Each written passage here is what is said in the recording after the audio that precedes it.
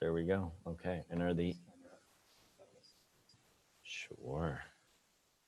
And are they here, or are we waiting for them to come back? Oh, okay. Hi, everybody. You can hear me?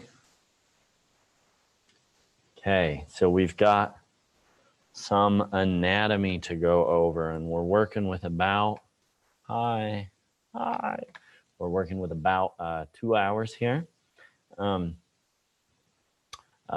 Did you forward those emails of the questions? Yeah. I don't, yeah.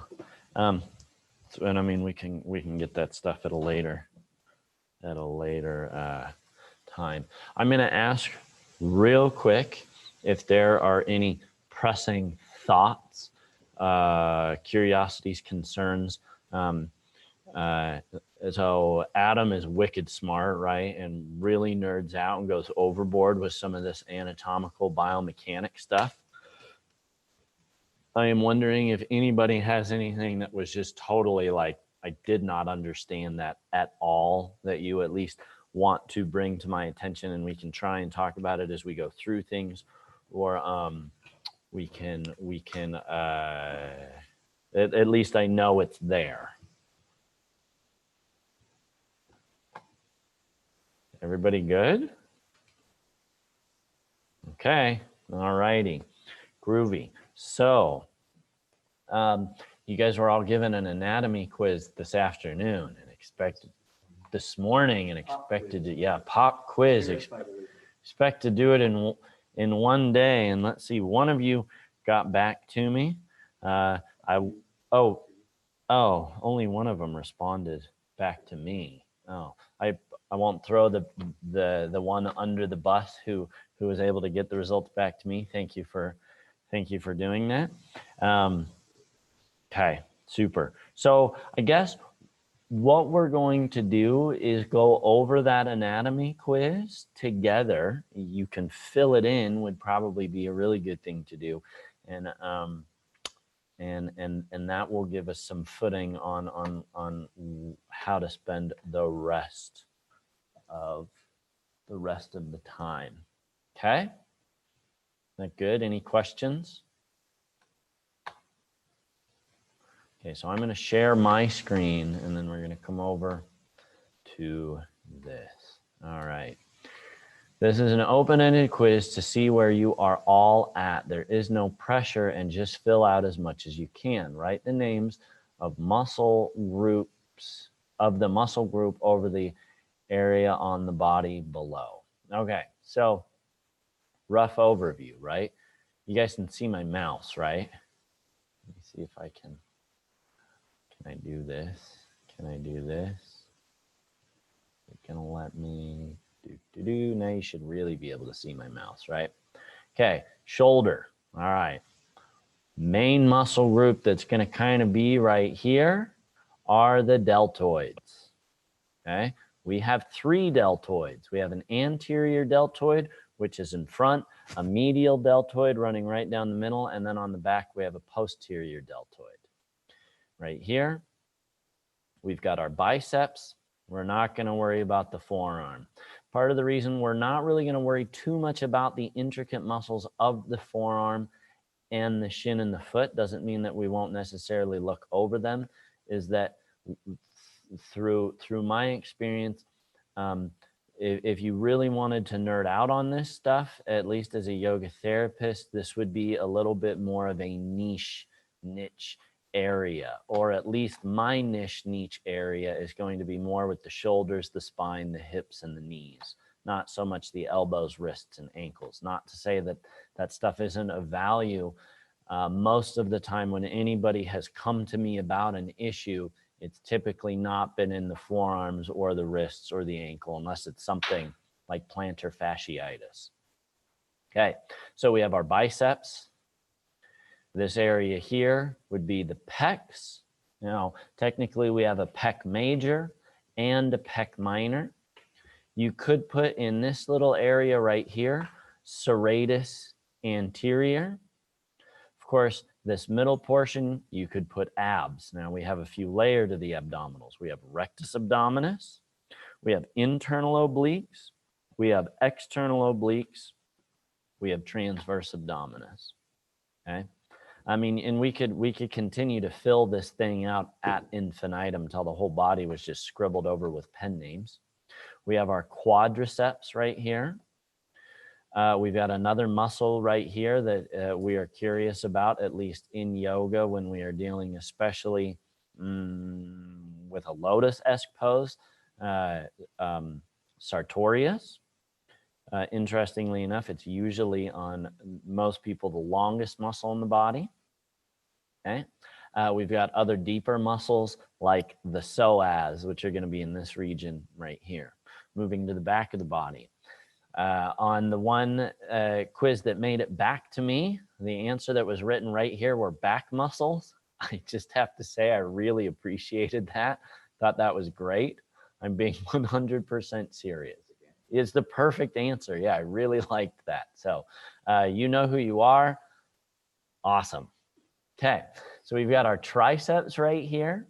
And then also right here, we've got our rotator cuff. Okay, now I would put the rotator cuff on the back of the body because those rotator cuffs are more or less going to at least have the origin or the share insertions mostly on the back compared to, I guess you could say that they also insert to this very front up here. Did it change the camera? I think it might have changed. Oh no, you're typing an asterisk over here. It might be because we're screen sharing. Maybe if I click over here. Yep, sure. Aaron's gonna come in and check something out. If you do that, no, but now if you do that, yeah, see when we're in Zoom, it will definitely change it. Okay, yeah, you're right. Screen sharing. Yep. No, you're good, man. Okay, let's see. Did somebody chat something?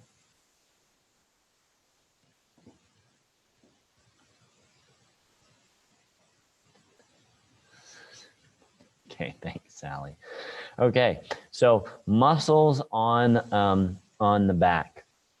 Okay, our rotator cuff muscles. Well, what are our rotator cuff muscles? Sits is kind of how we remember them. S-I-T-S.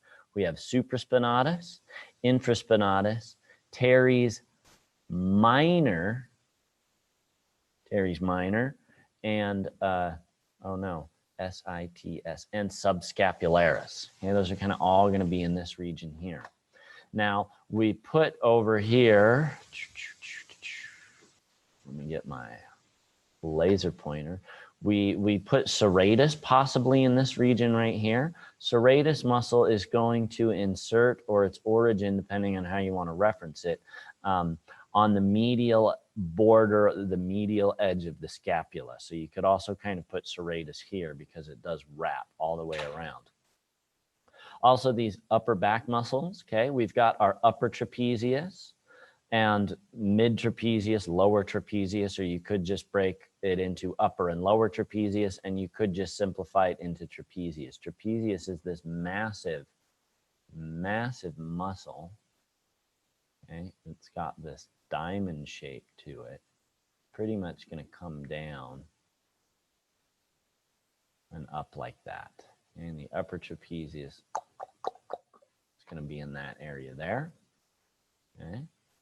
The serratus starts here, but its muscle fibers are going to run all the way around underneath the scapula, and they're going to poke out over here.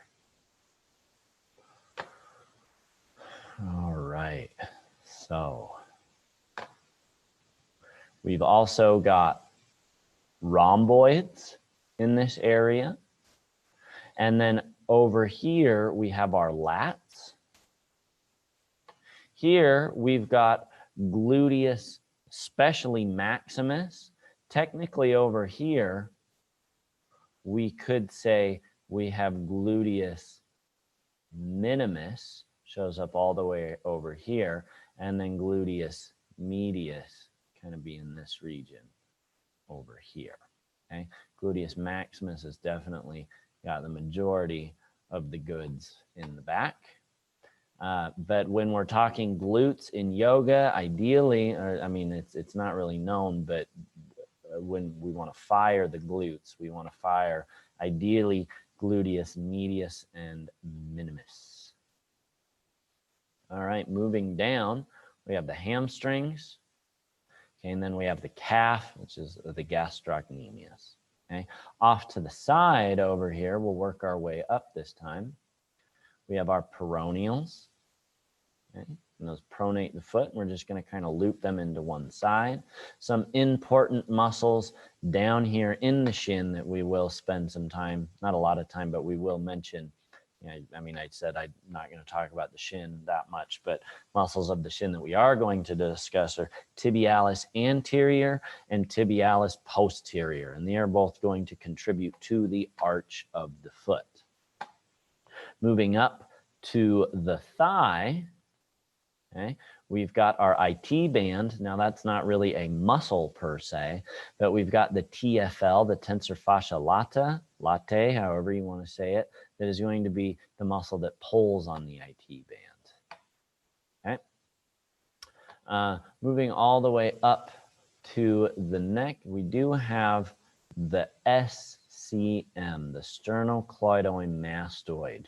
That is an important muscle in the neck. It's kind of the psoas of the neck, and it's supposed to lift the collarbones up, right? It's supposed to lift the collarbones up, but a lot of the times it just pulls the head forward. We don't want that. We do want that. Okay, questions on that? We're kind of just starting out with like anatomy, gross anatomy 101. See where you're at. I think this may hopefully be underkill for a lot of you. Hopefully this isn't too much overkill for you, but if it is, we're going to try and kind of meet you in the middle. And can you talk about that muscle in the neck? The sternocleidomastoid, the SCM. Yeah, when you compare it to the psoas, does it like hold emotions like the psoas, or is it just deep like the psoas? Okay, so there is the case that all muscles can hold emotion. I don't typically do too much in that area, but I am fairly familiar with it and what muscles hold what emotions. So if you want to go that route and talk about that stuff, I am more than happy to. I guess my question is how, like, you compared it to the psoas, how is it with the psoas? Yes.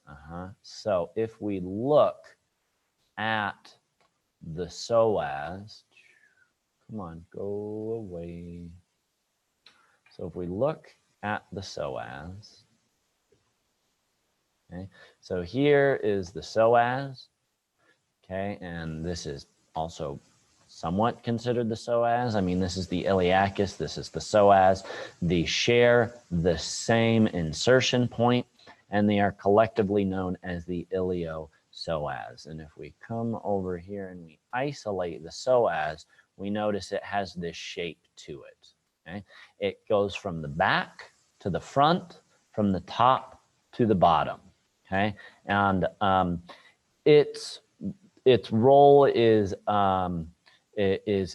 trunk flexion and hip flexion. Okay, psoas can get really dicey and confusing because of this kind of dynamic role that it has in the bottom. And now if we come up here and we start to add some more muscles in, and we get the sternocleidomastoid. Okay. Now if we look at its shape, top to bottom, back to front, it crosses the body in a very similar manner that the psoas does. So if we looked at the C-spine as a mini lumbar, it's got this, I mean, it's not attaching to the C-spine at all, but it's got this same shape to it. kind of pound for pound, how big the psoas is and how much power it has to hip flexion and trunk flexion, it is the same with the SCM. This is a brutal, beastly muscle of the neck. And if we kind of compare it to other neck muscles, they're just not as big and as beefy and as bulky. Some of them are. A splenius capitis can be a doozy. Okay, and there are other neck muscles that can definitely become an issue. Is it going to let me get in there? I might not have added it yet. If we go like this. Oh. Somewhere in there. Oh no, the name just, this is why I should just say the name out loud. I think longus coli. Yep. Okay. Can also be a doozy of a muscle, and you can kind of see how deep some of these muscles are. This is a little bit more like a multifidi, but for the front. What I mean by it similar is it's just the nature, the shape, and the leverage that it can exert is obviously diminished, but if we compare it to how small the neck is, it can do a lot. And hopefully you can kind of get the idea that this is a massive muscle. Did that answer the question? Yes, thank you very much. Yep, you bet. I love questions. So if you have questions, please ask. All right. Okay, how many of each muscle? Oh, something happened here. This should have been going out just to give you a little bit more of an idea of what we were asking. Can you name each muscle? Can you give points of intersection? All right, well, this is gonna kind of be quick and dirty. Hamstrings. How many hamstrings do we have? 3, Sally, thank you. Yes. Do we know where the hamstrings insert?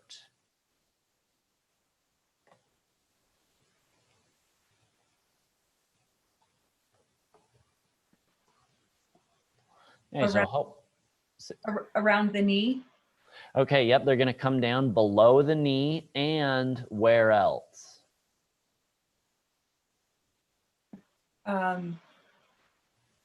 You can see my screen, right? Yeah, bottom of the pelvis. Which is called, can you see my screen? Can you see where my mouse is? The ischium. Yeah. Huh? Pelvis, yes, great. Okay, so the ischium, okay, and it's going to insert into the tibia, okay? Do we know the names of the hamstrings?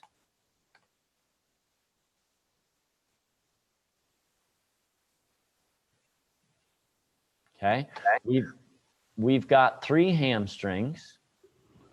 We've got semitendinosus. It's called semitendinosus because a large portion of it is rather tendinous. Okay, let's look at this. We can see it's got some meat. Biceps femoris is also one. Yes, Rachel, awesome. Okay, it's got some meat up here, but if we look at the whole length of it, most of it is consisting of a tendinous material. Okay. We have biceps femoris. Now we have, it's a bicep, right? So we have 2 muscles or 2 heads to the biceps, okay? So we're gonna get to that one in just a moment. We've got semimembranosus, okay? Now, due to where this one is, this one can kind of get mucked up with the adductors. So we're gonna go over the adductors here in just a minute, but you can see here's adductor magnus, and this is sartorius, or excuse me, gracilis right here. And we can see adductor magnus, gracilis, and this semimembranosus are all very close together. Now, because they're close together, that means they're going to glide with each other, on each other, and they are going to share connective tissue. So the semimembranosus is quite lateral. It's the lateral most of the hamstrings, and it could contribute to adducting movement. And a lot of the times it can feel really nice to get that muscle massaged and separated out from the adductors. Okay, hold on, let me. Okay. Oops, whoops. Come back. Hide. Hide. It won't. All right, so let's come on over here. Okay, now the short head of the hamstring. Oh, interesting. Would you look at that? Kind of a little thing, kind of a little guy. Okay. So a lot of the times when people refer to their biceps femoris, this is the muscle that they're referring to. And now it has two heads, even though it shares kind of one insertion. Now this is part of my gripe with some of these with some of these computerized anatomy apps. Okay, this looks like it's two vastly distinct muscles. Okay. Know that in the real body, and if you go to a cadaver lab, and if the body's dissected well, you will be able to clearly see this. Let me move this quad out of the way. You will be able to clearly see that this is one muscle that has two heads, meaning it has two different attachment points that are going to share this common inserting tendon down below. Okay, let's see, I think that was all three of the hamstrings. Semimembranosus, semitendinosus, biceps femoris, right? Okay, so we come back over here. Oh, the glutes, wonderful, we love the glutes. Let's add all the muscles back in. Okay, so here is gluteus maximus, and it is a big muscle. It is a strong muscle. It covers a large portion in a large area. Okay, what is its insertion? It kind of covers a large portion. Okay, upper fibers, posterior part of the iliotibial tract and the fascia latae muscle. Lower fibers are the gluteal tuberosity of the proximal femur. Oh, that sounds super nerdy. Action, extension of the femur from the flexed position in the hip joint, lateral stabilization of the hip and knee joints, external rotation of the femur. So I'm sorry, I'm getting ahead of myself. We're not really looking at actions yet. We're just looking at muscles. How many? Does anybody know how many glutes there are? All right, Sally. Yes, there are 3. Do we know the names? Awesome. Rachel, yes.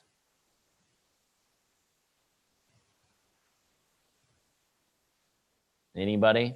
Okay, we have gluteus maximus. We'll just kind of go through them, and we can see this takes up a large portion. Now, a lot of the times we see the glutes are on the back, but we're actually going to see the glutes pretty much wrap all the way around the pelvis. Underneath gluteus maximus, we've got our 6 deep external rotators, even though they don't all externally rotate. We're just going to lump them there. But we have underneath, we have gluteus medius. Okay. And if we isolate gluteus medius, we can see how far around that comes. So this little point right here is the front of the pelvis. So we can see gluteus medius comes all the way around to this front anterior portion, right? So also well, we'll get into actions here in a minute. Okay, and if I hide the TFL, we have gluteus underneath medius, we have gluteus minimus.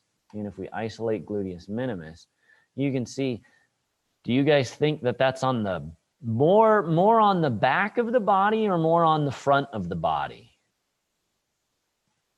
This is the back right here, looking right at the back. very chatty today. It's a trick question. It's definitely on the side of the body, not the back or the front, but it's going to be weighted more towards the front of the body than the back. Okay, so I think a lot of the times we think of glutes as the back because the glutes are the butt muscle. Why is it the butt muscle? Because of gluteus maximus. And where is the butt? It is on the back of the body. But do be aware when we talk about glutes and when we want to start to think about glutes, we want to think of how they wrap all the way around to the side and the front of the pelvis. Oh. Insertion points, okay? So we could say pelvis down to, and we can keep this fairly simple. You can say upper part of the femur or greater trochanter, okay?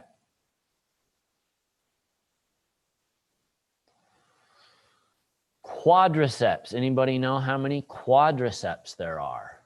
4, yep, what are they called? Rectus femoris. Okay, what else? Vastus lateralis. Okay, what else? Vastus medialis. Awesome, and one more? Sartorius. Vastus intermedius. Oh. Sartorius is, we just have one sartorius. Come on, and it's right here, and it's a beautiful muscle, okay? Again, on average, it's the longest muscle in the body. It's one of my favorite muscles. I'm going to try not to nerd out on it right now. All right. Okay, the quads. We have 4. We just got them named. Come on, light up. Rectus femoris, okay? Now, we want to pay special attention to this one of the quads because this muscle, this quad crosses, no, don't hide it, isolate it, crosses the hip joint, okay? The other quads do not. It comes all the way up to the anterior, inferior iliac spine, okay? So let's see here real quick. If I stop sharing and we look at sweet Javier over here. Oh. Comes all the way up to this point right here, okay? This is your ASIS, anterior superior iliac spine. It's a good bony landmark. I believe we talked about this as one of the bony landmarks we want to be familiar with. This is its little brother or little sister. We also want to be familiar with it, but not in the sense of I'm going to palpate it or look at it for a distinctive landmark because it's a little bit more hidden, okay? And again, just for reference on the glutes, well, we'll use this side. Gluteus maximus was back here. Gluteus medius was here. Gluteus minimus was all the way up here, okay? Oh, I should share the screen. Let me go back. All right. So chipping away. Here we have vastus lateralis. Okay.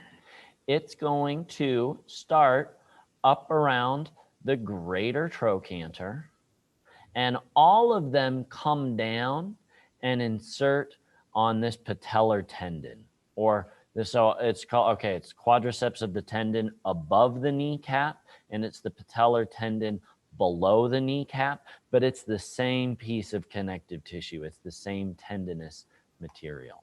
So if we have a lateralis of something, chances are we also have a medialis of something, right? So the medialis,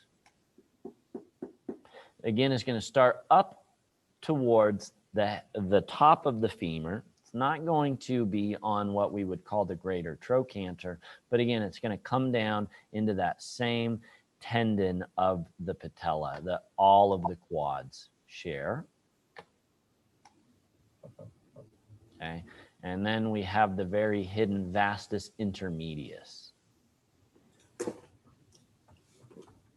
Right. Kind of an interesting muscle, the way it sits. Starts up high and again comes down. Things to be mindful of with the quads, especially vastus medialis, come on, and vastus lateralis. These two can start to tug on the patella and pull it off track. Okay, so if you've got a runner with bad form, and they're using either medialis or lateralis disproportionately, it's going to track in that way. Not having the patella track properly is extremely painful. It's not enjoyable.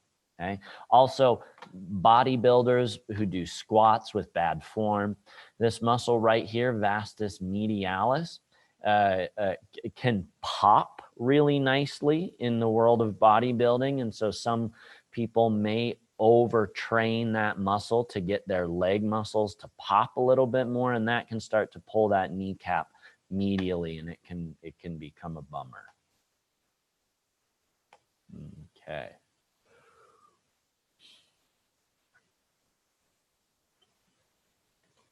Deep external rotators. Oof. All right, so these muscles probably deserve way more time than we're about to give them.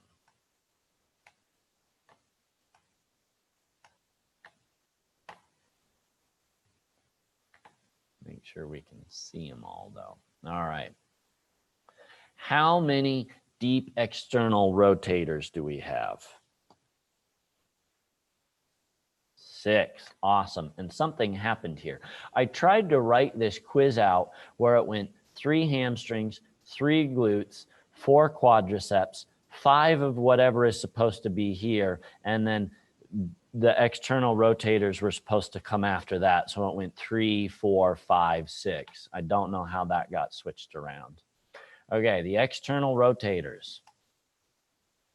Oh, everybody should be somewhat familiar with this muscle, piriformis, okay? It can be a doozy of a muscle because, well, let's take a look at it. Do you guys see this? We're looking at the front of the body, okay? It inserts to the anterior portion of the sacrum. That's pretty deep. Can you find your sacrum? Can you touch your sacrum? Can you touch, what part of your sacrum are you touching? You're probably touching the back of the sacrum. Can you then make your way around and touch the front of the sacrum? No. And if you could, that'd be weird. I was gonna say, yeah, we don't need to go there. However, it comes all the way around and it inserts to the greater trochanter of the femur. Again, that's this bony landmark right here. Won't let me click on it. Not letting me click on it. All right, so okay, I'll talk about all of them collectively here in a moment. But the sciatic nerve in some people runs beneath the piriformis, and then if piriformis gets tight, it pushes into that nerve and pushes it into the bone and causes serious discomfort. Okay, some people it runs posterior to the piriformis. So then if the piriformis gets tight, it's not really pushing on it, so it's not much of a problem. Some unlucky people, this nerve I have heard runs right through the belly of the muscle.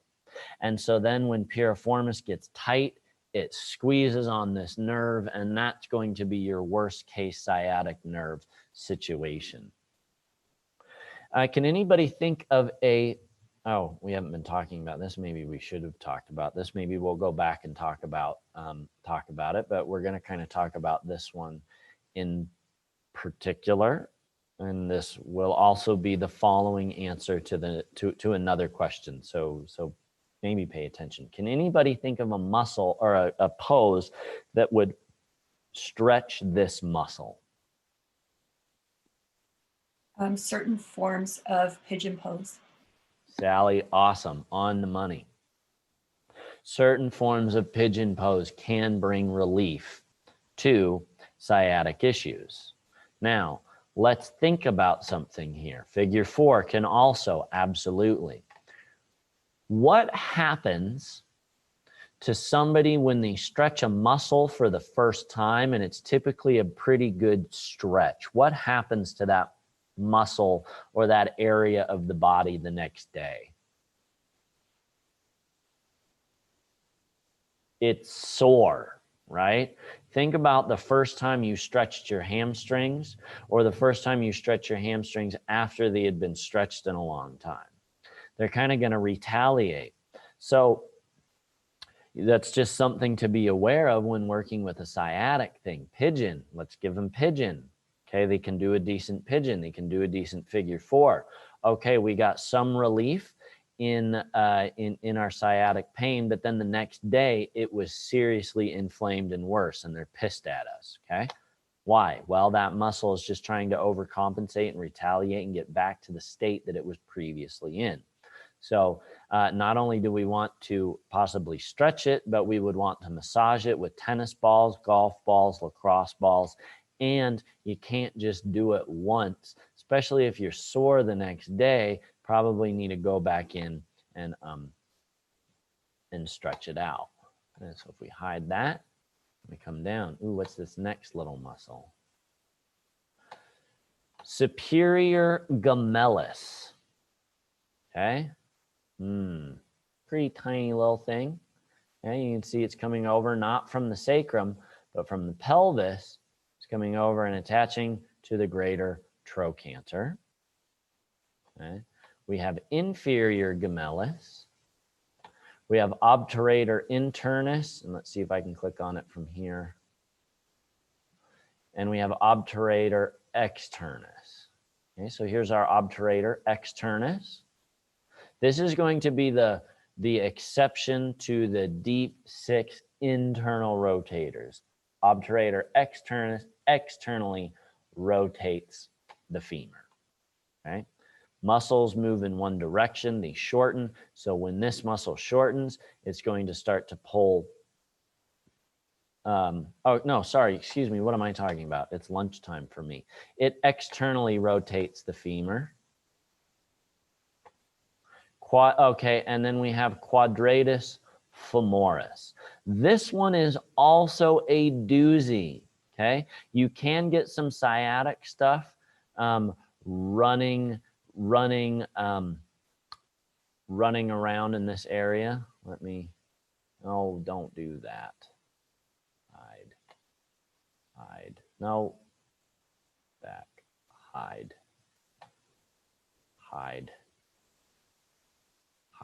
Ideally, all of these muscles could somewhat affect the sciatic nerve, but the main one in this area is going to be piriformis. However, most of these muscles, riddle me this, do you guys think that these muscles are more in the category of big movers, or do you think they're more in the category of stabilizers? Stabilizer, bingo. Okay, so they're going to do a really good job at holding tone and holding tension. Okay, and they externally rotate the femur for the most part. Okay, and I want you to think about someone with really tight deep 6 muscles here. What is their feet going to do? What is the stance of the feet going to look like? They're going to be pigeon-toed out. Correct. Okay. So massaging them is going to be the best way to gain access to them. Okay. However, poses that would stretch them, no, don't hide, quit hiding, are going to be in that pigeon figure 4 family. Okay. All right. Was that all 6? Hey, Sammy, when you say pigeon figure 4 family, are you saying pigeon pose, your fours, your figure 4 on your back? Is that what you're Yes. saying? Yes, correct. Okay. Yep. Mm-hmm. Okay. These muscles can be a doozy. They can be annoying and they can be tight and they can be tender. And if you have ignored them and you go to stretch them or massage them in the beginning, it can be terrifying. Okay. Oh, okay. Let's see here. Adductors. How many adductors are there? 5. Sally, you're on point. How many short adductors are there? 3. We have 3 short. Yep, there you go. We have 3 short adductors and 2 long adductors. Okay. Now the adductors, do I ask this later?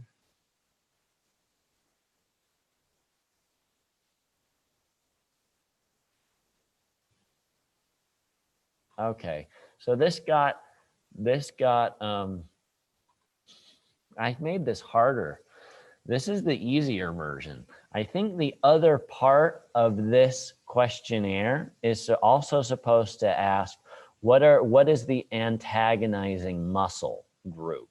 And again, I tried to kind of put this in a way where it was semi user friendly to, or the way that it formatted somewhat flowed, but it's hard to get everything to line up perfect. Let's just real quick come back to hamstrings. It's also supposed to say the action. What do these muscles do? Unless I wrote that. Okay, I wrote that down there. So we'll go over that in a minute. What is the antagonizing muscle of the hamstring? The quads. Those two are going to antagonize each other. What is an antagonistic muscle group of the glutes? The adductors. What is an antagonizing group of the quadriceps? The hamstrings. What is an antagonizing group of the deep external rotators? We're going to, for our purpose in the yoga world, say the adductors. Okay, now the adductors, someone could get really picky with me here and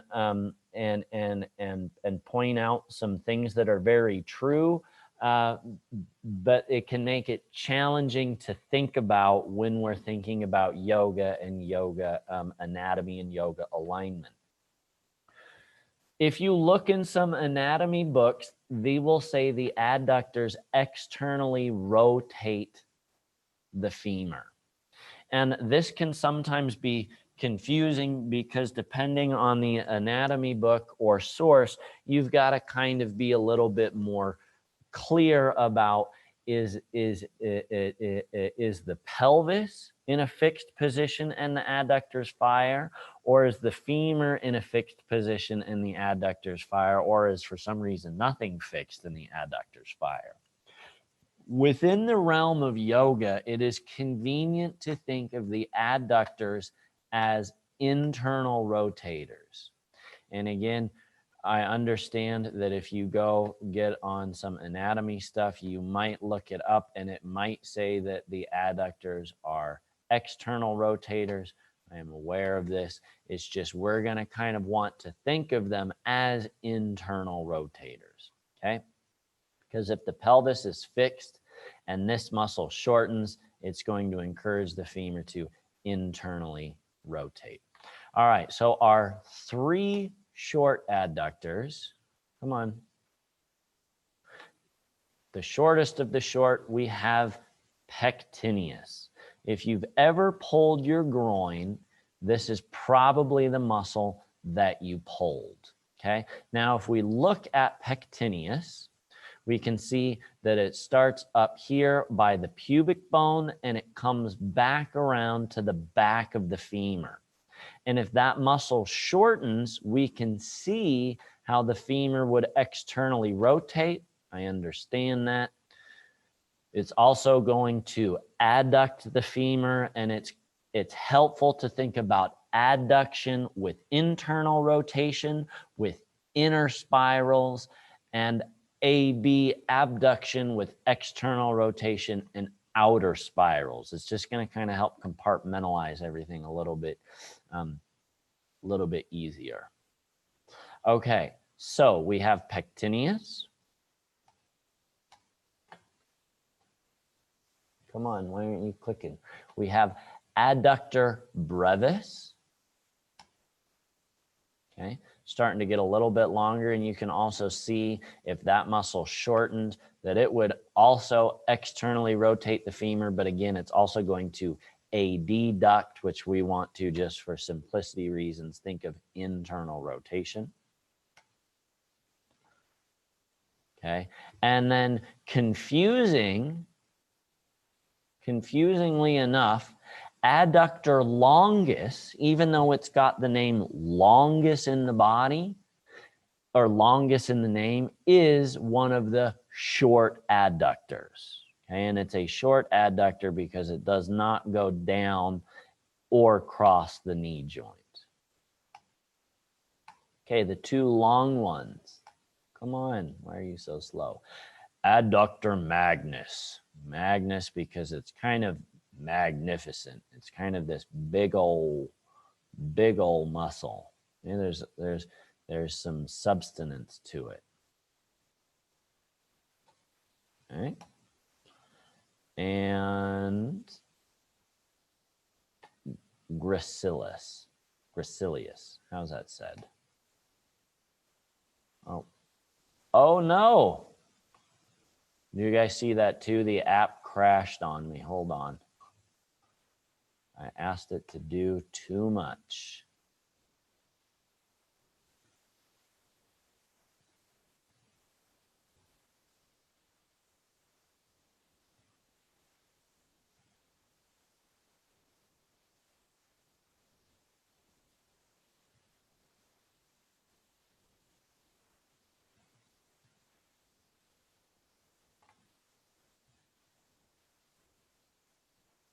Anybody have any questions so far?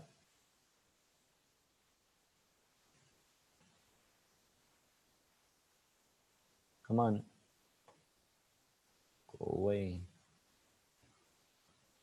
Go away, muscles. Now let's do. Sorry, you guys. It's kind of not really responding. Okay, gracilis is the longest of the adductors, and it crosses the knee joint. Important to know. Biceps. Oh, we got a question. What about adductor minimus? Adductor minimus? Is that going to possibly be pectineus?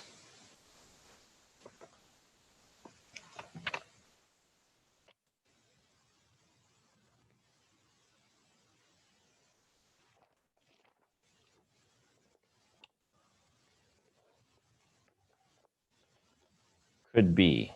Okay, let's just. We all have this book, right? Have I talked about why I love this book so much? I like the book because it's not a yoga book.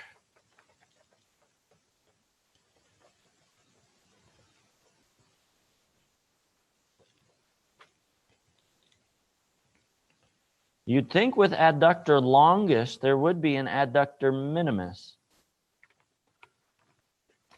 Come on, where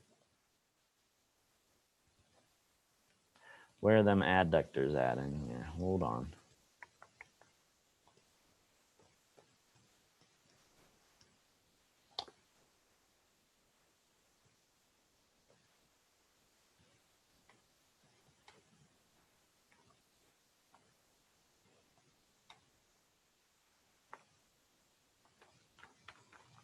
trunk.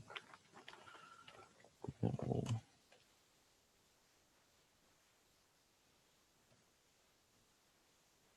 Radius ulna.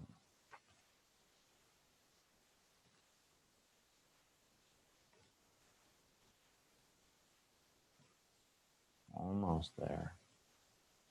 Almost there.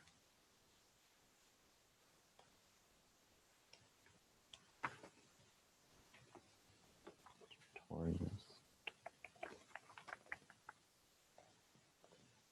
No.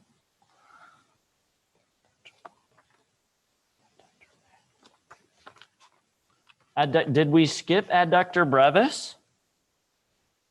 Did we not do? We did not talk about that. Oh boy. Okay. My bad. So adductor minimus, I'm going to think maybe that's just another name for pectineus. Okay. Did we really skip over brevis? I thought I clicked on that. I'm sorry, you guys. Okay, we I have. just thought we did brevis. Externally rotates with the femur that can cause a problem. Well, it doesn't cause the external rotation doesn't cause a problem. So But if they pull it, it could. If you pulled either of these muscles, you're going to be in a sad state. Let's see, I may have been complicating and confusing people here. These two muscles, okay, we can, no, don't hide, isolate. We can clearly see how it's going to externally rotate the femur. If this shortens, if this muscle pulls this direction, okay, it's pulling here, that's going to cause the front to externally rotate, okay? So if we wanted to be super strict about some of these adductors, they are going to be classified and categorized as external rotators. However, because the muscle adducts, it adducts, and in yoga alignment, it is convenient and helpful to think about adduction with internal rotation with inner spirals. The other thing, I wish it moved those arrows with it, is that the femur externally rotates if the pelvis is in a fixed position, meaning the pelvis isn't moving, the adductor is moving the femur. But what happens if we fix the femur? The femur is planted, the femur is not going to move. And that means that as this muscle fires, the pubic bone drops. So the pelvis will anteriorly tilt. An anterior tilt could be almost considered internal rotation of the femur. I understand they're different, but they can achieve more or less a similar result relative to one another. So when we start really looking at anatomy, alignment, yoga, cueing, all of these things, it's going to be really beneficial to have a frame of reference. What is moving to what? Is your frame of reference on the body, or is your frame of reference not on the body, i.e. the floor or the wall behind you? Different cases call for different situations. Okay. Let's see here. Okay, so to kind of think about this a little bit more, and we maybe used this analogy already. I got to remember, look at the camera, don't look at the computer. Look at the camera, make eye contact. Samuel, it's polite. The upper trapezius. The upper trapezius, if you were to look in an anatomy book, that doesn't give too much info, but gives some info. The upper trapezius is going to extend the neck. That is if the shoulder blades are in a fixed position, meaning the shoulder blades aren't moving. Now, most people's upper trapezius do this because the neck is in a fixed position, usually because the front of the throat is so tight. So I want you to take a minute and I want you to kind of shrug your shoulders. And I understand that there are more muscles involved in shrugging your shoulders than just the upper trapezius. And now I want you to also pull your head back, pull your head back, pull your head back. And I understand there are multiple muscles involved in pulling your head back, but one of the main powerhouses of both of those movements is the upper trapezius. So this isn't necessarily the frame of reference point. This is more of what is fixed. Okay, you tell me to engage my upper trapezius. Most people are going to do this. Tell me to engage my upper trapezius. We'd like this to happen, but it rarely happens. So we just want to be aware that because a muscle may be categorized as doing some movement, it's going to be relative to what it is anchored on. Okay, now, if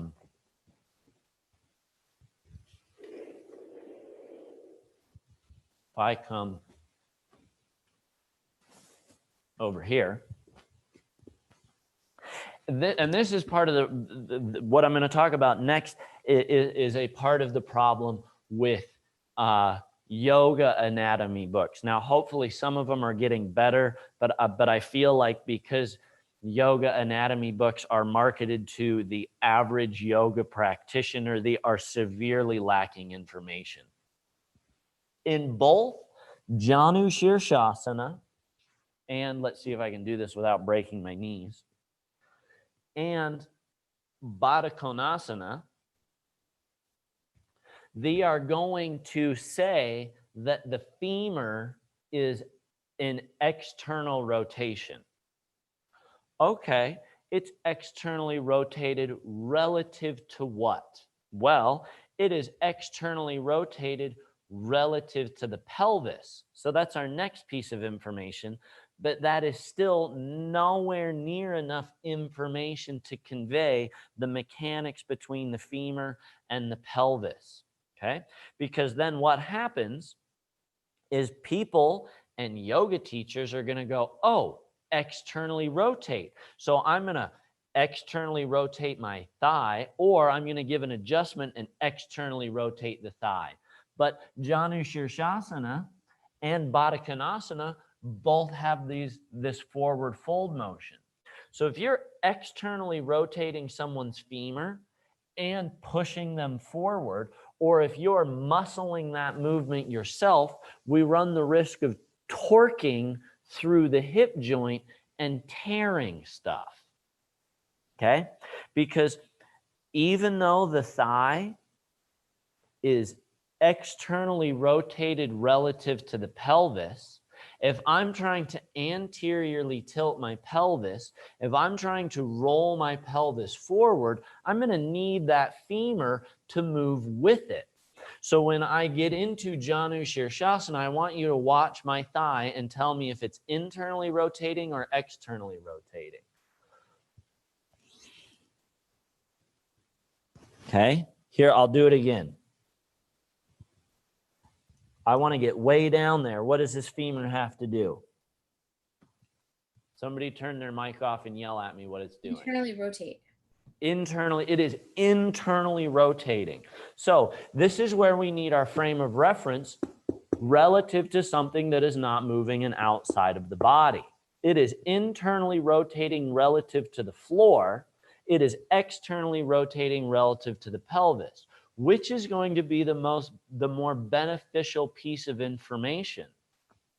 This is also another reason that people plateau or get stuck or get stagnant on their quest for mobility, because they hear this needs to internally rotate.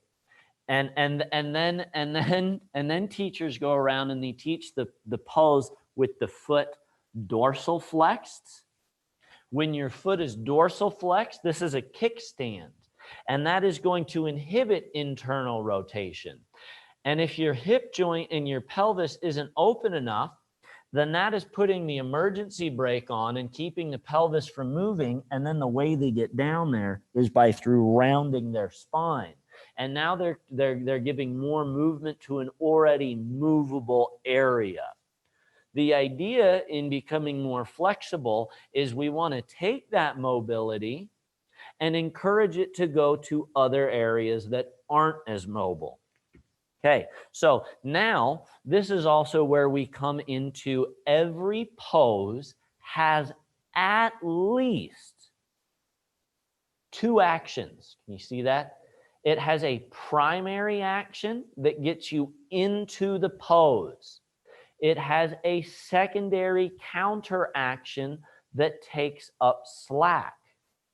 If you don't have slack to give up in the pose, you do not do the counteraction. If you have, because you don't have anything there. I'm getting a little bit ahead of myself, but so we look at somebody with a gifted body or something like that, or a beautiful practice, and we look at what they're doing, or they think about what they're doing relative to themselves. So Janu Shirshasana, internal rotation to get into the pose. After I'm in the pose and I have enough space, what did my thigh do there? Here I am. Here's the primary action. There's the counteraction. What happened? Somebody turn their mic off and tell me if you're External rotation. external rotation. Awesome. Okay. So this is also where it can get really confusing if we just look at the surface of it, because do we internally rotate in this pose? Do we externally rotate in this pose? Well, the answer is yes, no, and both. Sometimes neither. Okay. Depending on where you're at. So a super flexible person might dorsal flex their foot because they already have so much space that they can get into the pose without overdoing the primary action. If you have enough of the primary action, don't overdo it. Just do the counter. If you have enough of the counter action, just focus on the primary action. And so I want to simplify it by that. It's if you have one, work on the other. And then eventually you can counter your counter action. So then what you can do with your breath and the pose is you can explore very subtle rotations. I'm going to micro internal, micro external. Micro internal and twist my left kidney a little bit more to my right knee, and then see if I can hold that as I micro external rotation. Now we're getting into subtleties. What's that? So Sammy, you're going to work on the opposite leg, internal and external rotation. And then also, is it the spine or more so the waist, and moving that from side to side? I'm just, because it seems like here we have the multiple levels. First level, let's just get there. Second level, dorsal flex the foot. Third level, okay, now you're going to breathe and rotate. So are you going to breathe and rotate like maybe on the waist first, or on the opposite leg, or both, or how does that work here? And that is the beauty of exploring the pose. And it should give you motivation to continue to practice a pose that you've done 17,000 times, because it's never perfect. And if your alignment was perfect, you'd start to levitate and you'd become a realized being, because all of your nadis would open and the prana would flood the central channel, and you'd be the second coming, and blah, blah, blah, blah, blah. So essentially, we could spend all night breaking down just Janu Shirshasana with all of those questions that you just asked. So let's take it back to step one that you just said. We just want to get there. Okay, what does getting there mean? What does getting there look like? We've got to look beyond what the pose looks like, and we've got to look at what is the function of the pose. What is the pose trying to do? Okay. A lot of people think that this pose is a nice way to stretch one hamstring at a time. It's actually much more about what's going on with this femoral rotation relative to the pelvis. Okay. And that goes into a lot of things. What is the function of this pose here? This one's a little bit more obvious. It's to twist. So don't try and have super perfect Iyengar alignment if that alignment inhibits you from twisting.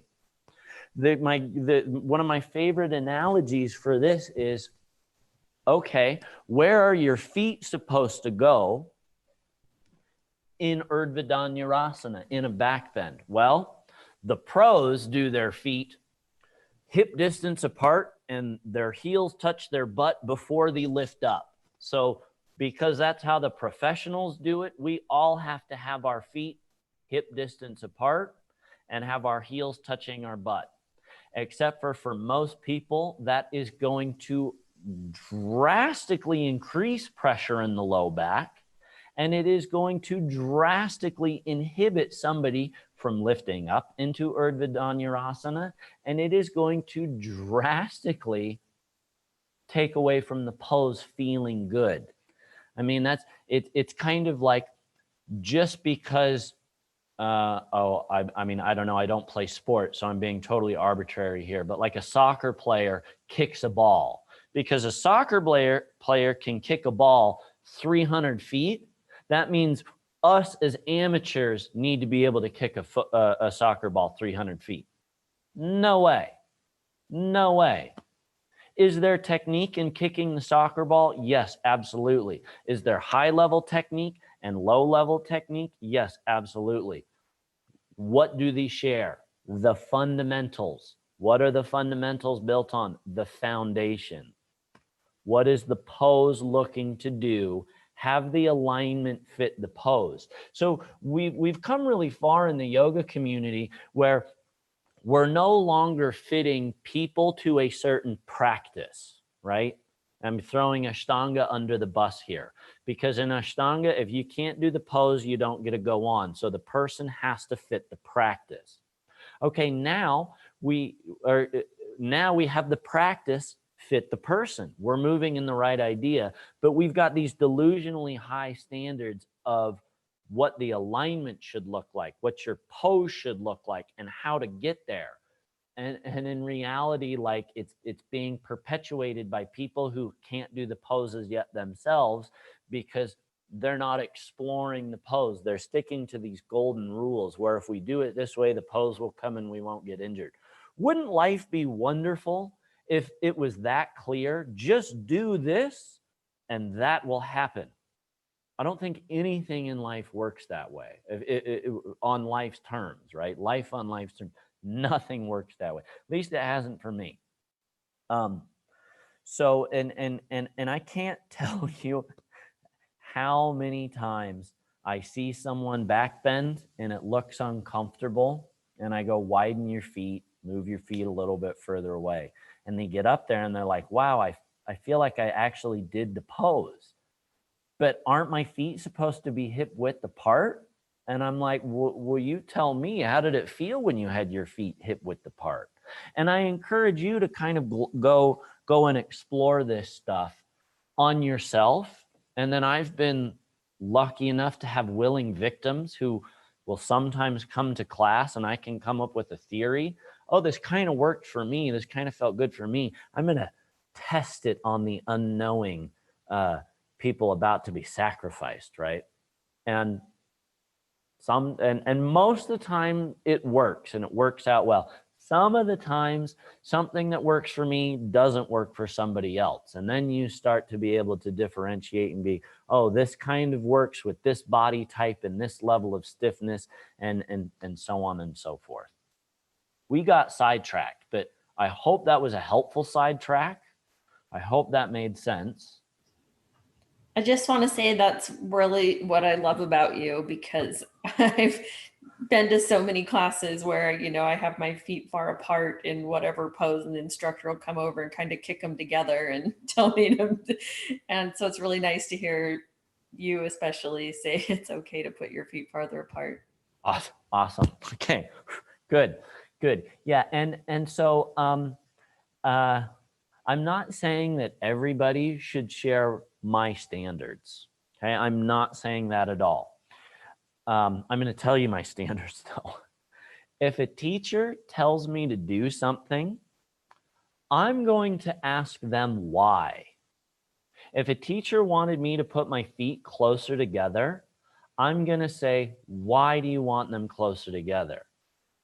And they better be able to tell me why. And they better be able to tell me why that is applicable to my body and my pursuit of this pose. If they can, great, I will listen to them. If they can't, that's kind of an indication that they may be a great teacher, they may have a great playlist, they may have a great sequence, they may just not understand what my body needs in this specific pose. So I'm going to take that and use that for future reference. This is one thing I love about Adam. If Adam tells me to do something and I'm like, why should I do that? He'll be able to tell me in great detail why I should do that.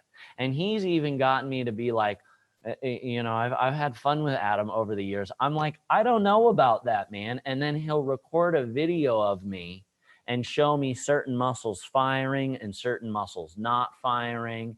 And then I go, well, why do I care if that muscle fires or not? And then he's able to go, well, because it's going to apply to this and this and this, and it's going to help down the road with this. I mean, he can really fill it in for me. And I studied with Adam to figure out anatomy and alignment. And so that's why I'm going to him, you know. And if you're going to someone for a playlist and a good sequence, have that be the reason you're going to them. If you're going to someone for alignment and anatomy, have that be the reason that you're going to them. And the only other thing I have to say before I get off the soapbox is good alignment feels good. Okay? Meaning that if you do something, if you're doing a pose so wrong that it needs drastic shift, that drastic shift better give a drastic result. And a lot of the times that will happen. You will change the alignment and the anatomy of the structure of the pose, and the pose will feel good to the point that the light bulb will turn on. Now, this doesn't always happen in the very beginning. You might have to do that action, I don't know, 1,000 times before it finally clicks. But at some point, that should click. A lot of the times when we're cleaning up alignment, it clicks early on. So for instance, if I'm working with, let's just keep using the analogy of Urdhva Dhanurasana, because that's an intense pose with intense feelings and it's hard. If I give somebody a suggestion in Urdhva Dhanurasana and they don't come out of it with their mind blown and a new appreciation for Urdhva Dhanurasana, I have more work to do. I have to sit and go, well, why didn't that work for this person? What could be going on in this person's body that setup didn't yield the results that we wanted? And I'm going to think it over, and I'm going to come back, and we're going to find, you know, and we're going to find a situation. And so this is why, I mean, a lot of the times, honestly, I don't know. You know, someone will come to me with an ache or a pain or a question, and I'll be like, I don't know, but let's figure it out, and let's figure it out together. And so what I'm trying to say with that is you don't have to know in the beginning. You just have to be curious enough to explore and stick with the exploration until you're able to start to piece things together. And that's not going to happen without practice. And unfortunately, it's also not going to happen if you don't have willing victims to test these things out on. You got to be okay with also, I don't want to say giving a bad cue, because I don't think I would ever give a cue. I hope I would never give a cue that would hurt somebody, but I give cues all the time, and the people are like, that didn't work. And so when that doesn't work, I have to go, okay, well, I'm pretty sure this needs to happen. How else could we make it happen? And you just keep picking away at it. Okay, we should, am I sharing my screen? No, we should. Let's see. Oh, let's come back. No, that's not it. Where'd it go? Well, that's not it either. That's definitely not it. Uh-oh, I don't want to hear myself talk. That's weird. Nope.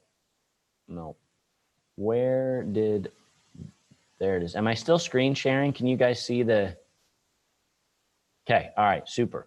Where are we? Adductors. Biceps. How many biceps do we have? It's a little bit of a trick question. Yeah, we could say 2. We could also say 1 with 2 heads. Okay, and so the biceps are going to be up here. So here's a,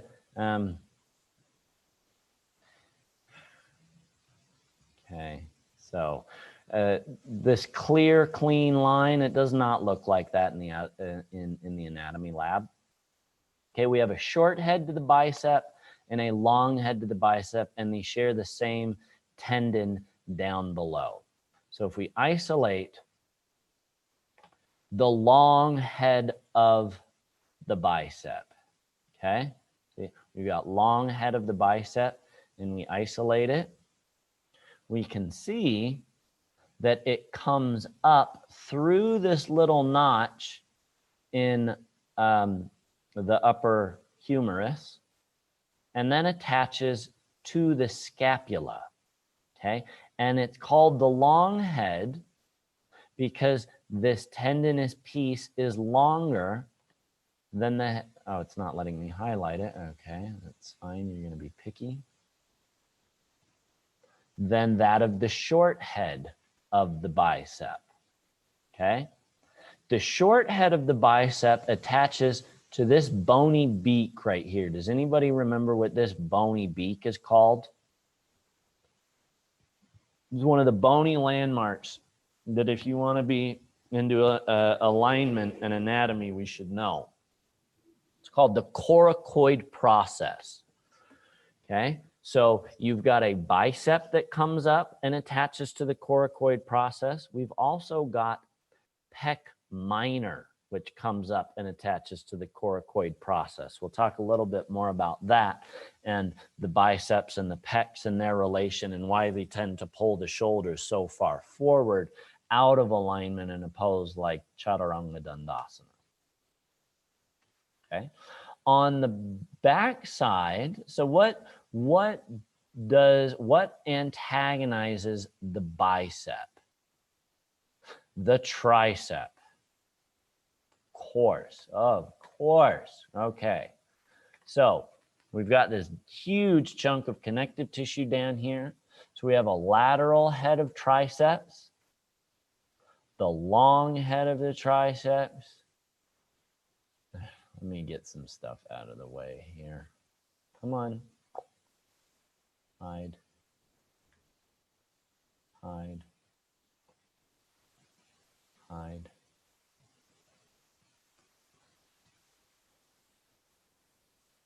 Medial head of the triceps. Okay. Oh, I thought it was going to isolate it. Okay. Well, we can kind of see tricep is kind of these 3 muscles or these 3 bellies of muscle fibers. We've got one that sits underneath and then 2 that are going to sit on top. Now, interesting. Oh, this is fascinating. One of the triceps comes up and attaches to the humerus. Where does this other tricep go? What? It goes to the scapula? Maddening. No wonder the scapula can get so out of whack in poses like Chaturanga Dandasana. And again, I'm on my soapbox with Urdhva Dhanurasana. Okay, when we try to engage the tricep, if this scapula is not stabilized, the tricep is going to contribute to the scapula moving out of an optimal location. Okay. Let's see here. If you guys have questions, please ask. Deltoids. Ooh, how many deltoids are there? We have 3 deltoids. Yep, awesome, Sally, thank you. We've got this posterior deltoid, and this app is getting really techie with this one, scapular spinal part of deltoid muscle. We've got this, the acromial part of the deltoid muscle, so known as the medial part of the deltoid, and then the clavicular part of the deltoid. And let's take a moment and look at this. Oh, wow. Wow. The deltoid attaches to the sternum, to the collarbone, to the clavicle. Interesting. Oh, wow. Your deltoid comes, that's really far down the medial or down the spine of the scapula. That might be pushing it a little bit. But the idea here is that it attaches to your scapula. Okay. And if we remember from when we talked about bones, what is holding the arm structurally onto the body? The whole arm and shoulder are held on just by the collarbone, just by the clavicle. So we're starting to see how all of these muscles are going to give stability and anchoring without losing mobility. Okay, so if we hide all that stuff, hide that thing. Come back to the trapezius here in a moment. Because I think rotator cuff is next. Yep. Oh, look at that rotator cuff. How many rotator cuff muscles are there? We already did this. 4. Yes. Okay. Supraspinatus. This is an awesome little muscle. Supra, above, spinatus, spine. Above the spine of the scapula. So this ridge right here is called the spine of the scapula. Supraspinatus sits above it, and it runs under the acromion process and attaches to the humerus.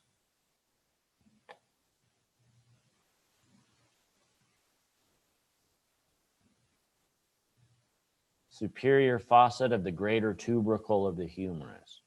The greater tubercle of the humerus is similar to the greater trochanter of the femur.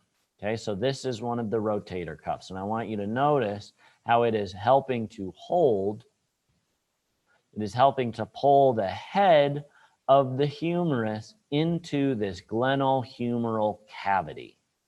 It's pulling it into its home.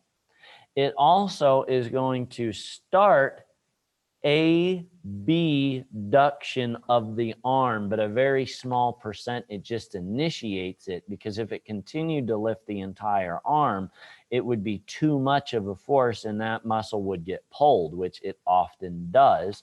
Especially, that's why you don't do pure adduction of the arm, especially with a straight arm with very heavy weights, because with the arm straight, it's going to inhibit other muscles showing up. Those other muscles that show up to help are the muscles like the deltoids. Right? So then we have infraspinatus. Inferior spinatus spine, below the spine of the scapula. Okay, and if we check out this muscle, we can see it is covering the majority of that posterior or backside of the scapula. If we look at the way the muscles fire, muscles can only shorten. Okay, so it is going to externally rotate the humerus. It's going to roll it out, as we're going to see most of the rotators do.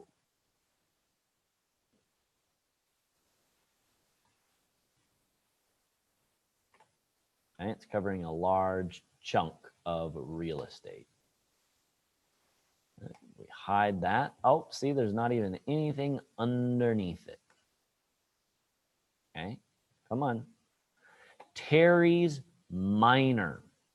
If someone were to go in and pinch or massage this muscle right now, it's similar to the Vulcan death grip.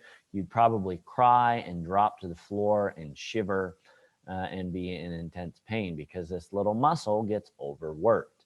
Now, part of the reason all of the rotator muscles get overworked is because the shoulders are rounded forward, encouraging internal rotation of the humerus. And because these muscles aren't big movers, they're just stabilizers. They're trying to fire, but they can't compete with such big muscles like pec and bicep. And so they become strained and tired and fatigued. And that's why we have to do stupid PT exercises like TheraBands, which aren't exciting, but do yield a lot of relief for the rotator cuffs. And again, if we look, it's going to encourage external rotation, and it's going to contribute to pulling the head of the femur, head of the arm femur, head of the humerus into its home. No, oh no, it left them. Don't do that. Okay, we have one more rotator cuff. Let's see if I can get to it. Oh, it's gonna make me get rid of a bunch of stuff to get in there. I guess I could just, there we go. All right. Oh no, that's the serratus, which we love and want to talk about, but it's not. There it is. Bam. Subscapular muscle. Okay, we can see it's on the underside, hence subscapula. It's connected to not just this medial ridge here, but the entire front face of the scapula. It's going to come over and attach to the humerus. Again, if this muscle shortens, we're going to internally rotate the humerus, and we can hopefully see how that muscle is helping to pull the head of the humerus into this glenohumeral cavity. Okay?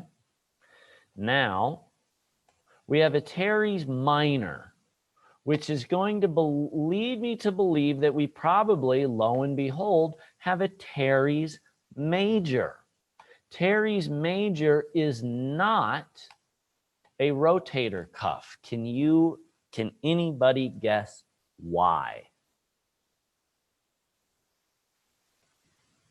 What did all of the other rotator cuff muscles do? What did the rotator cuff muscles do that contributed to the head of the humerus? Any ideas?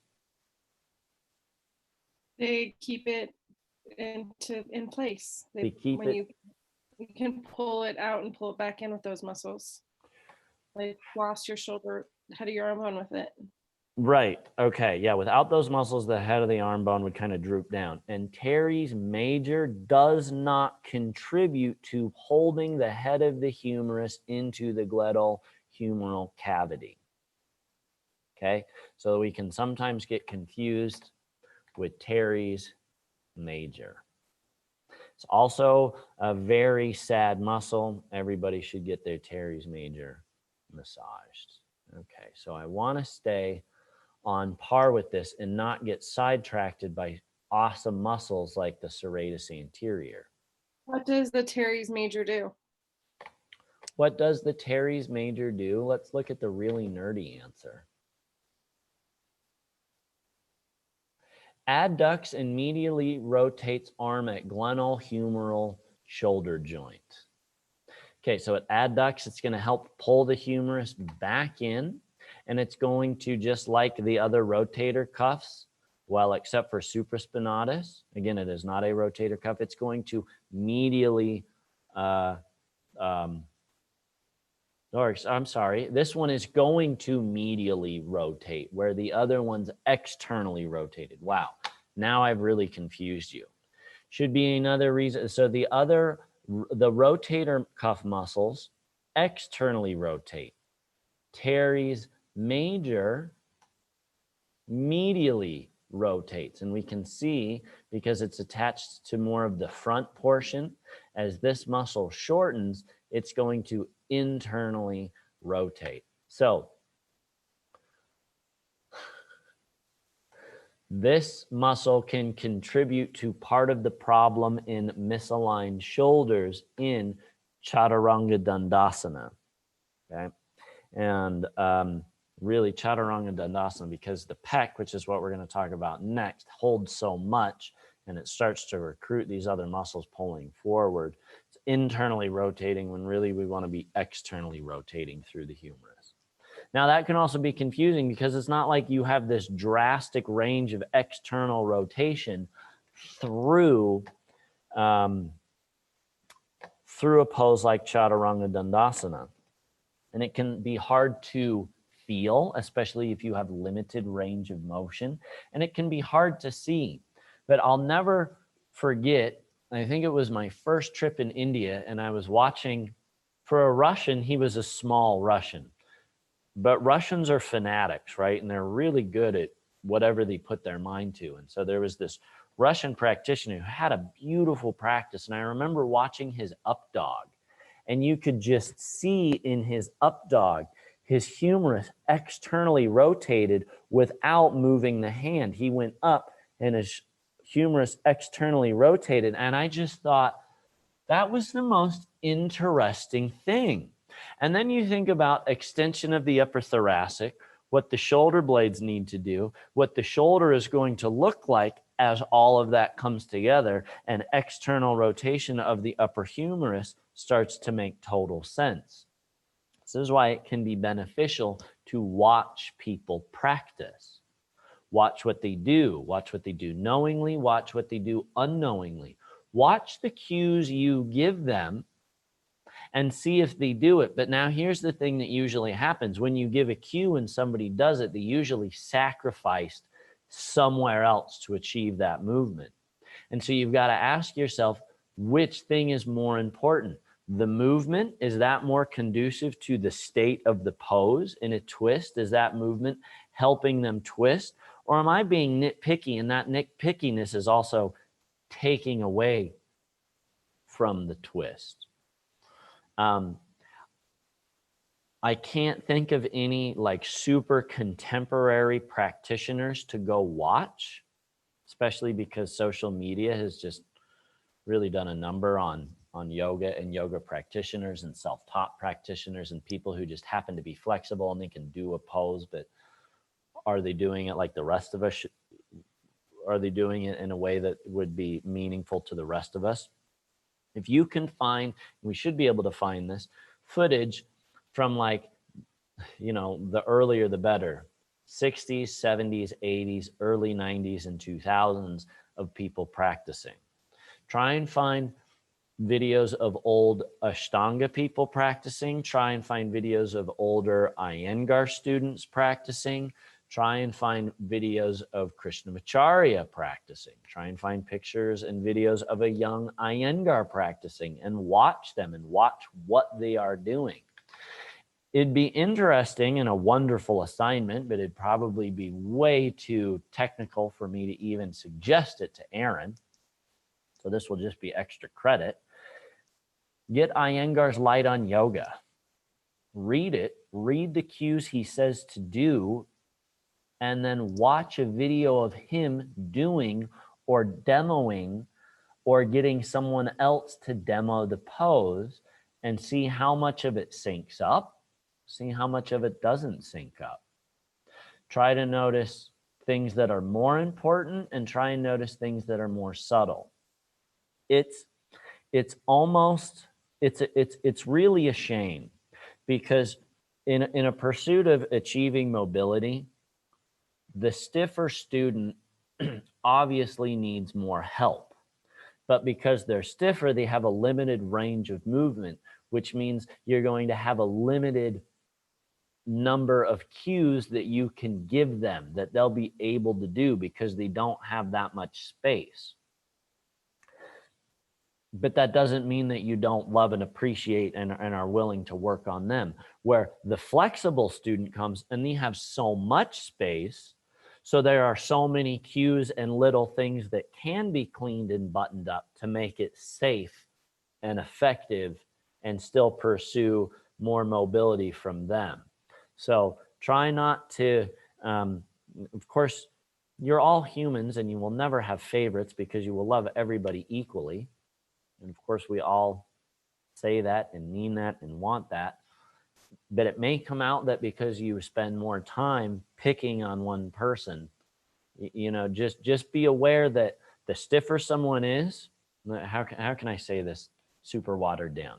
If somebody's stiff, I can really only give them 1 or 2 cues, and they need to work those 1 or 2 cues for probably months.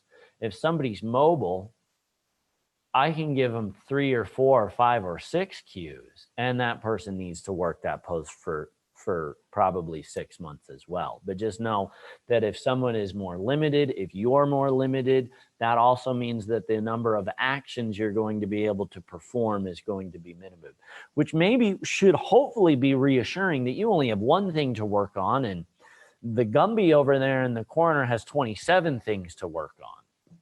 I also, oh, Christina, no problem. Thank you. I also have to say that I think we're getting a little philosophical here. You're starting to practice yoga when you are generating tapas, when you're generating heat, and when you're doing it consistently. And if you are a limited person in mobility, you will generate more tapas, you will generate more heat. I think your practice will pay off much more than if you're a bendy and can do everything naturally. I'm getting super sidetracked. We're supposed to be able to finish. We're supposed to finish this thing, and now we've only got 17 minutes left. Oh boy. All right. Uh-oh, am I not sharing my screen? I'm not sharing my screen, am I? Okay, we have the pecs. We have pec major, come on. And you can see this twist, which means when the arm is down, it is twisted. And when the arm is flexed overhead, it is now in a more straight position. If we isolate pec, you can see it comes all the way around. You can see how far over on the humerus it goes. Okay. And underneath pec, oh, we have wonderful pec minor. Believe it attaches to ribs 3, 4, and 5. Is it going to tell me for sure over here? Probably not. And it comes all the way up to the coracoid process. Now, a lot of the times, pec major can be the issue.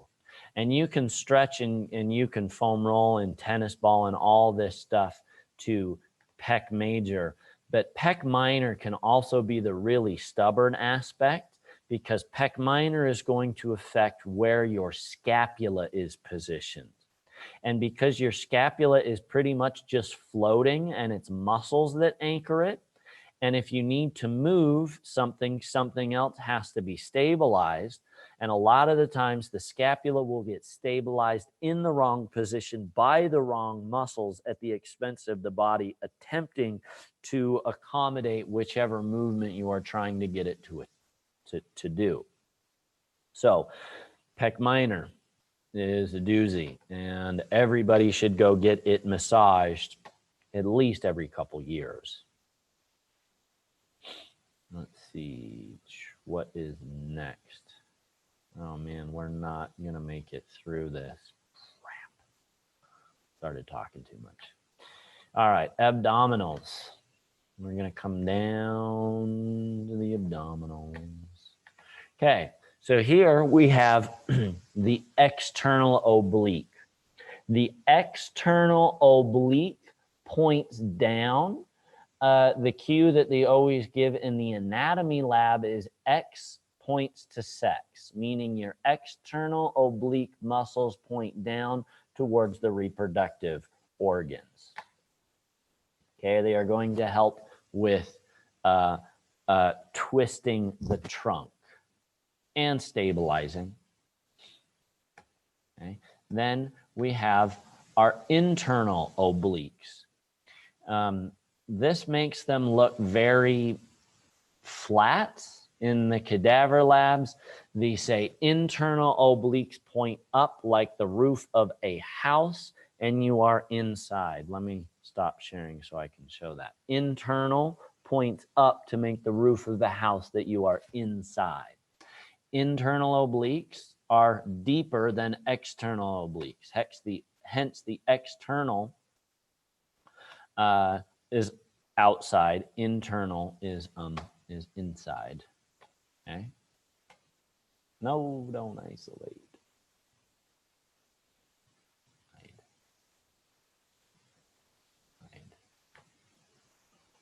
Hide. Okay. Oh, well, hold on. I want you to notice, see all this white stuff right here? All that connective tendinous tissue, not to mention the linea alba. Okay, so if we isolate, no, not isolate. If we hide, no. If we hide, okay, all right. Well, maybe we should unhide that one just because it's going to fill it in a little bit better. All right, so now we have rectus abdominis, the six-pack. Everybody has a six-pack. It's there, it's under there. It might just be hidden under some other stuff. Okay, and below rectus abdominis, we have the deepest layer of the muscles, the transverse abdominis. Now, I really like, and so I like to point out how rectus abdominis and transverse abdominis, what's going on down here? There is a slit in the transverse abdominis. Interesting. Let's look at that. Take a little bit closer look at that. What is going on there? What is that slit for? Well, see if I can go back. Oh, come on. There we go. Rectus abdominis dives through that slit and it attaches all the way to the pubic bone. Come on. Okay. And if we actually followed the line of connective tissue, it would connect to the connective tissue on this posterior side of the pubic bone, and it would turn into your pubic coccygeal muscle that attaches to the tailbone, that is going to attach to I think it's called the tendinus longus, which is a giant tendon that runs all the way up the anterior portion of the spine. So when you start to maybe think about and look into some of these micro-orbital cosmic loops in some farther east traditions, something curious about that line of connective tissue that follows that path. When we talk about bandhas, or if you've ever been unfortunate enough to come to one of my class and we spend God knows how much time at the beginning just talking, sitting, and then breathing, and I talk about toning the lower aspect of the transverse abdominis. It is this lower aspect below this slit that I am referring to. This is what sets the stage for techniques like Uddiyana Bandha, not Uddiyana Bandha Kriya. That's a different thing. Uddiyana Bandha, the Southern style action. Okay. Oh, I feel like I'm speeding up. And even if I do speed up, I'm not going to be able to get through everything. But that's okay, because I think I'm going to be with you guys on Friday and Saturday. Oh, right. So I'm thinking that we should talk about the psoas, and then we'll probably, because we're only going till 6, we'll probably wrap it up there for today. All right. Hide.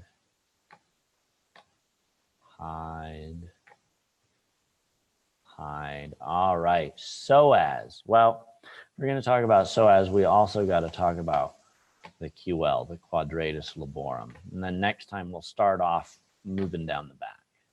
Okay. So we have psoas. This is what is sometimes referred to in this app calls it psoas major. And then this little sliver of a muscle right here is psoas minor.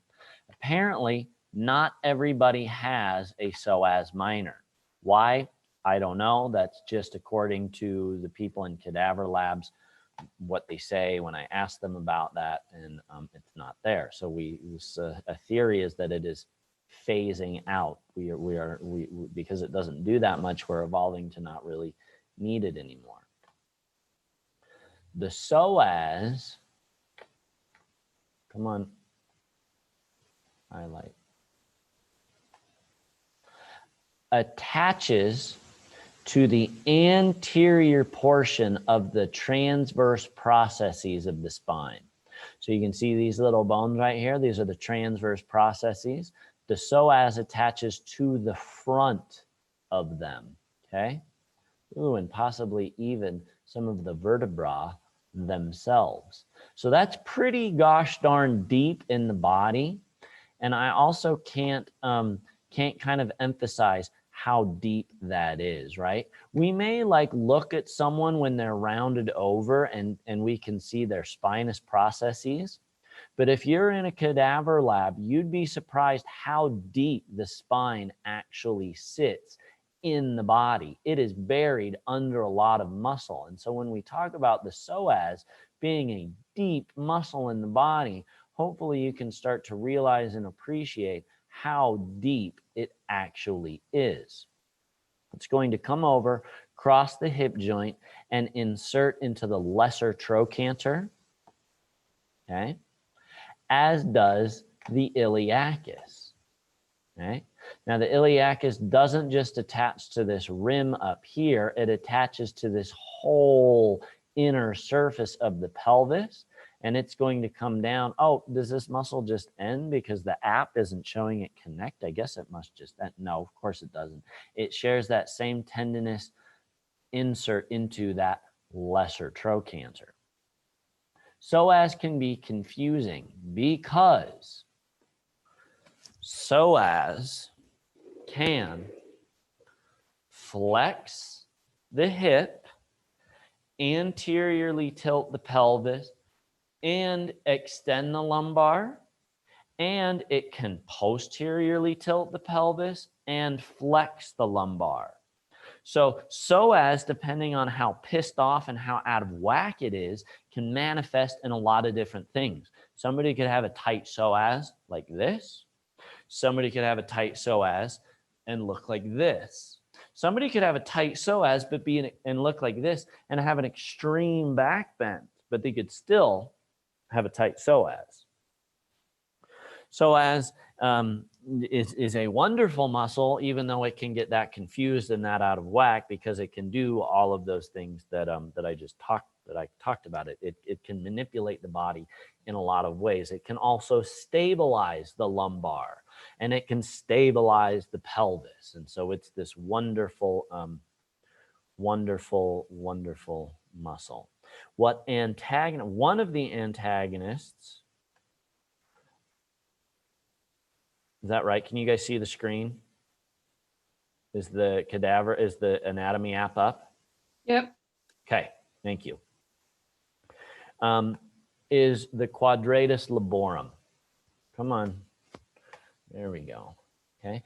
Quadratus laborum may not look that impressive here. And even if you were to go to a cadaver lab and see quadratus laborum, that one's coming out really far. I've never seen one go out that far, but it's not like I've been in a cadaver lab for years or anything. That just seems a little really far out.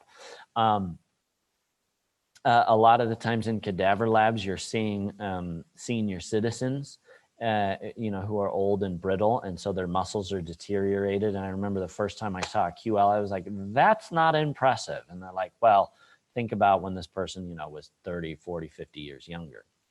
Anyways, this QL is commonly called the hip hiking or the newborn or the new mother muscle, because when they are picking up their newborn child, they will hike this hip.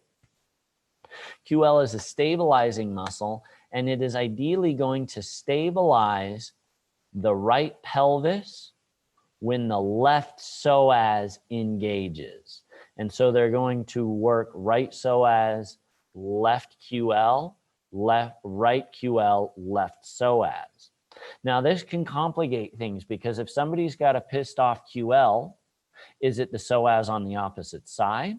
Or is it the psoas on the same side, because the front of the QL rests on the back of psoas?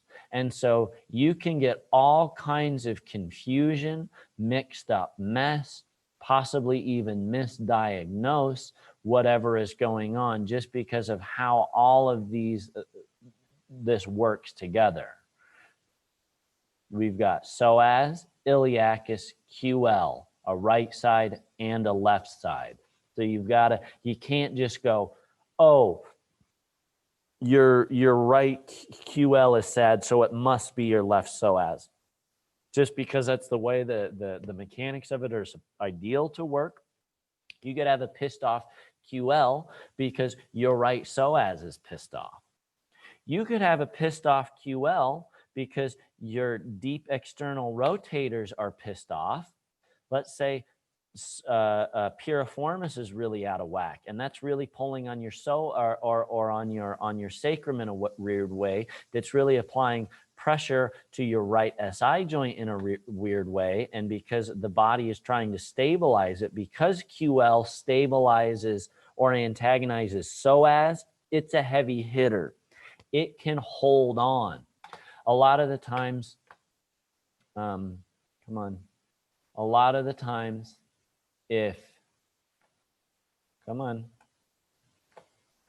we've got this long muscle that runs up the back right here called multifidus. It looks nothing like how it looks in this app. This app does not do multifidus justice. Multifidus is way more lovely and elegant than whatever this is. I don't know. It's weaved. That is a main stabilizer of your spine. If multifidus goes offline, or if any other of the low back stabilizers can't support, QL will show up to hold things down. And so a lot of the times when people throw their low back out and they get stuck and they can't move because QL is grabbing so tightly that anytime they do move, it's excruciating pain. If you haven't had your QL bite down on you yet, God bless you. It'll probably happen to you one day. Just be ready for it. Now, hopefully it'll never happen. So it is about 6 o'clock. I don't want to hold you captive. I don't know if you're done after this or if you're meeting back up with Aaron. I have no idea what's going on. But I hope that was helpful. If you think of questions, please write them down and bring them to me next time. We can figure it out. Does anybody have any questions? I do. Why do they call it pulling your back out when it's really like a tightening? Or oh, well, okay. I mean, I don't know, but I would think you threw your back out, which means it is no longer usable. Even though, yeah, everything is tightening. I threw my back out. I'm out of toilet paper in this pandemic, meaning I can't use toilet paper.